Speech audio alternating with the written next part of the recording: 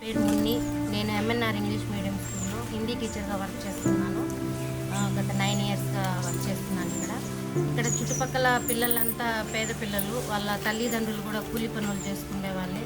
వాళ్ళకి స్టడీస్ పరంగా పెద్ద పెద్ద స్కూళ్ళల్లో వేసుకోలేక మేము ఇక్కడ చేర్పించుకున్నాము. కానీ ఎంఎన్ రాజు గారి స్కూల్లో కూడా చాలా తక్కువ ఫీజులతో చేశాము ఎన్ని సంవత్సరాలు.